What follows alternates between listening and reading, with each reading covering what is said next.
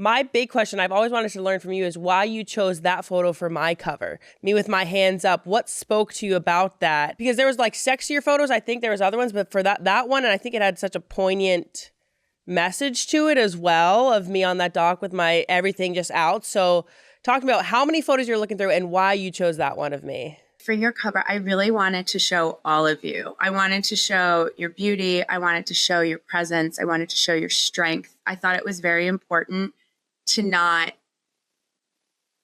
make it about one part of you, but all of you. And I needed that. I needed that expression and that image to really hit home what you represent to me, which is this confident, powerful, beautiful woman who owns every bit of yourself. And that's what I wanted that cover to say. And I thought it did so beautifully. And then there was just there were so many, and it's not necessarily always about the sexiest photo either. It's about the different emotions that each photograph brings to the person viewing it, and variety. And like, I know that you're this multifaceted human being. And so it was also important for me to have that be something you walk away with when you looked at the body of the work that we did together. I love that we had like that really avant-garde one shoulder shoot with the bright red lip and the glove and the stuff. And then, we had you like really like stripped down, not figuratively, but, like bare and simplified and beautiful, and then super feminine and super fashiony, and then your Olympic medal shot. Like it was sort of like all the things that I see in you, I wanted to try and convey throughout that one photo shoot, which there's a lot more we can do, but it's when you have like a finite amount of space too,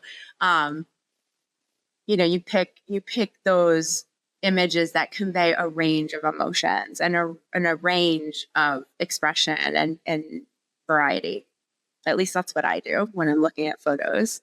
And there are sometimes ones that get away, ones that I'm like, oh my God, like how am I not publishing this shot? You know what I mean? And it's very frustrating. Like the editing is the hardest part, because I get really emotionally attached to images. And sometimes it takes me days just to go from 60 images to 35 images. And that's my fatal flaw, because I just like, I love them all. You care too much. That's your flaw. I do. I do. And you guys are so great. Like I wish that, with shots, like a shoot isn't good when you can do the edit too easily. Mm-hmm. Mm-hmm. When it's hard, that's a great sign. And it's a luxury problem that, I happily take on.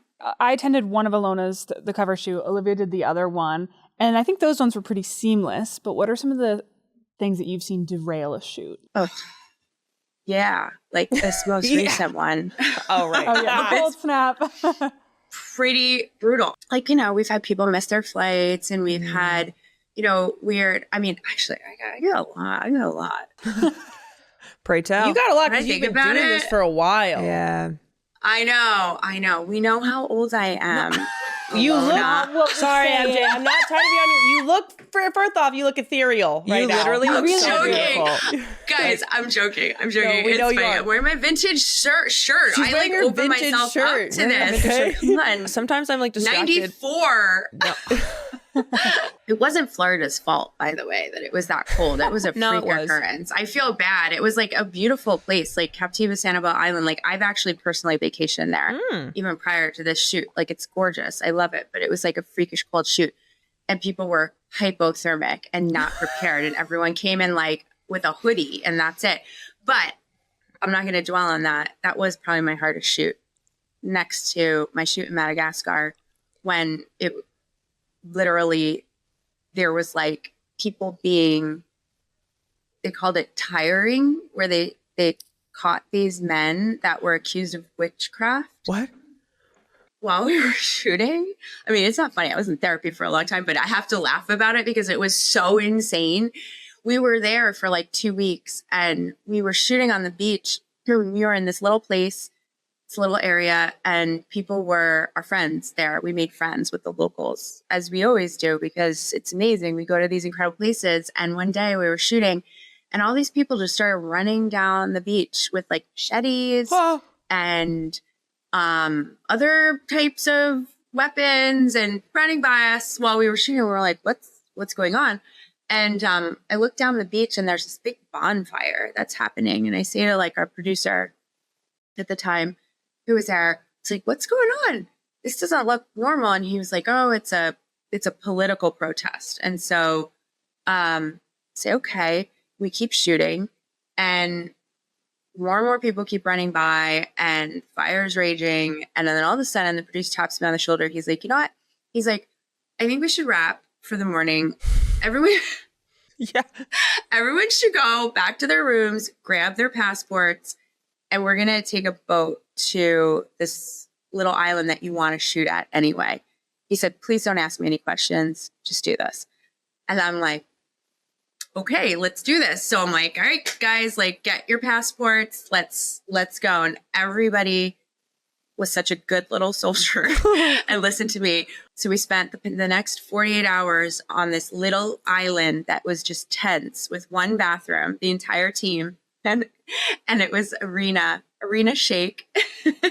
And we had the most beautiful shoot. And it wasn't until we got back, we found out that all of these expats that lived there, was a bunch of Italian and French expats that were accused by the locals of practicing witchcraft, killing children. And they took it upon themselves to break them out of jail and then burn them alive in these tires.